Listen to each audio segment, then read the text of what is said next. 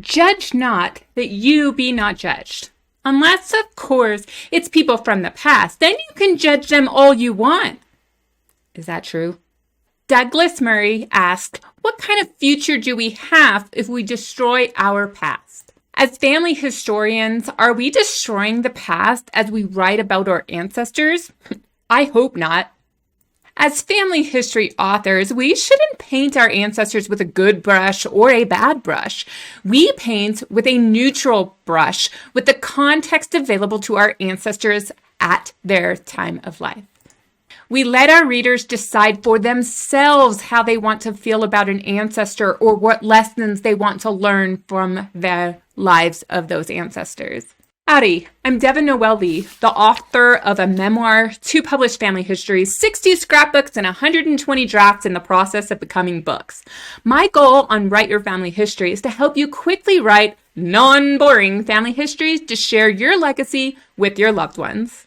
Many family historians desire their relatives to read their published books. The last thing we want to do after enticing a relative to read our stories is to cause them to reject our efforts because we inserted our own opinions on our common ancestors.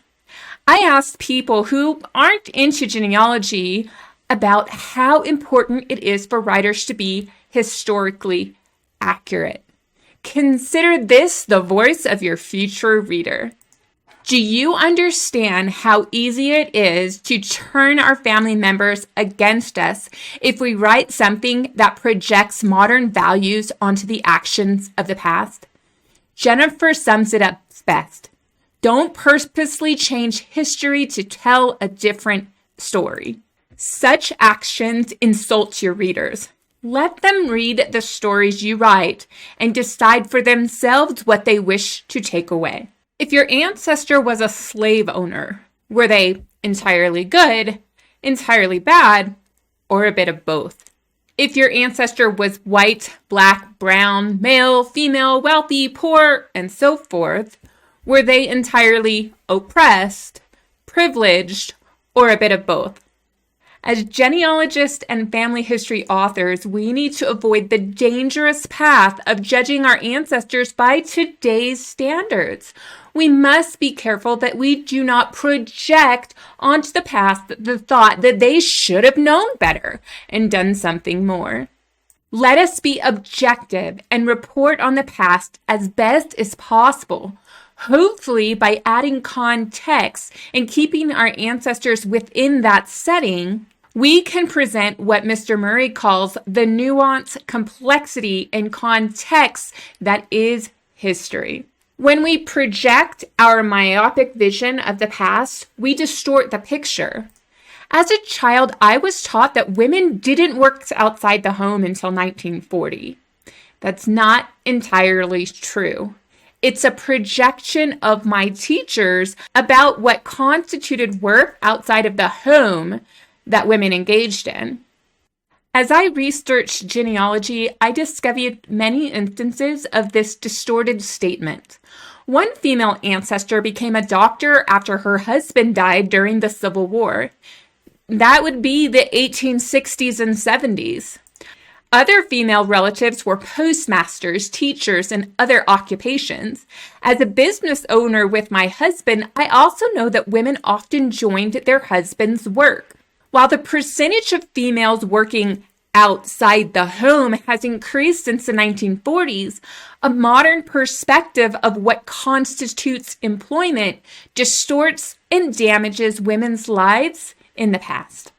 I can think of numerous other distortions that I have heard over the years, and only digging into the context of the lives of my ancestors has helped correct the perspectives of the past.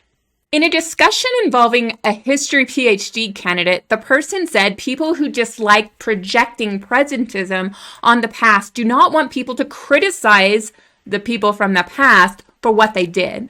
So, can we criticize our ancestors for the things they did? Yes, but there is a format and a place for that. What is the goal of most family history projects? Is it to put your ancestors on trial? Is it to invite your family members to learn about their heritage and let them decide what to do with that knowledge. For the average family historian, you will want to write a story that invites your relatives to learn about their family history. Thus, you will wish to write a neutral history telling a full picture of your ancestor. However, if you want to write a critique of your ancestor, that's an option. You could write about how your ancestors' choices and actions impact your present. One common point for those who support adding presentism to the past histories is the example of Thomas Jefferson holding conflicting views regarding the definition of all men are created equal. Thomas Jefferson having contradictory views is a prime example of human nature. History and the present are full of people who are hypocrites, and that makes for a very interesting story, does it not? Your readers will want to know this objective at the beginning of your book. On the title page, in the preface, or in the opening chapter, explain that what they will read is a critique and not a generalized family history story. The thing I invite you not to do is to hide that you're critiquing your ancestors. Your readers will not appreciate that deception. Additionally, if you choose to write criticism, be sure to cover the whole person within the context of their time as you judge them for something you believe they should have handled better. As family historians, we should remember that people always act on their available knowledge, just like we do today. While many today discuss the lasting effects of slavery, might I ask, do you know the lasting effects of how deaf people were treated in the United States? There are many casualties in the battle over oralism versus manualism. During the early to mid-1900s, hearing parents with a deaf child received counsel and compensation that sent their offspring to state-funded schools for the deaf. Well-meaning experts told many parents not to learn American Sign Language. Meanwhile, the child learned American Sign Language. How do you think that turned out? In short, the resulting language barrier split apart families. I met several deaf persons who were raised in state schools and separated from their parents. As adults, they lived in the same town as their siblings. Since the hearing siblings never learned to sign and the deaf persons couldn't speak, these blood relatives rarely saw each other. Only when an interpreter offered to help could these siblings interact. It broke my heart to serve as an interpreter for these people. If my child was deaf, I would make my family learn sign language. How could these people be so cruel? Wait, I just projected presentism on the parents of the past, didn't I? Many parents were caught up in a struggle where the information they have today, if available back then, would likely have resulted in different choices and outcomes. Thus, as a writer, I need to provide as much information about the context, choices, and consequences, but leave out my judgment when sharing these stories. It's possible the experiences our ancestors went through made them stronger or gave them the knowledge to correct policies from the past. Abuse, neglect, injustices, injury, and the like are turning points in many people's lives. Some people become bitter while others take a different road. That different road is summarized in these lyrics by Rascal Flatts. When push comes to shove, you taste what you're made of. You might bend till you break, 'cause it's all you can take. On your knees, you look up, decide you've had enough. You get mad, you get strong, wipe your hands, shake it off, then you stand. That song gets to me every time. I had to shake it off, and I had to stand. Your ancestors had to do the same thing. So, let's write their story in historical context so you can see when they shook themselves off and they stood. Before we continue, so that I can wipe the tears from my eyes, if I've given you value during this video, please click the like button, share this video with others, and leave a comment. Now that you've done something for me, let me do something for you. Check the helpful links in the description box for more ways to write your family history today. Our ancestors didn't have the benefit of our hindsight. They couldn't know their future. They had the benefit of their hindsight and their present conditions. And each generation's duty is to build a better world than the one that came before. But let's be mindful of the trap lurking as we reflect on the past.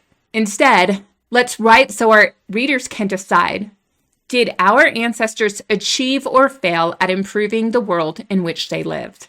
How do we handle things we find morally objectionable that our ancestors did? First, recognize that what is morally objectionable is not universal.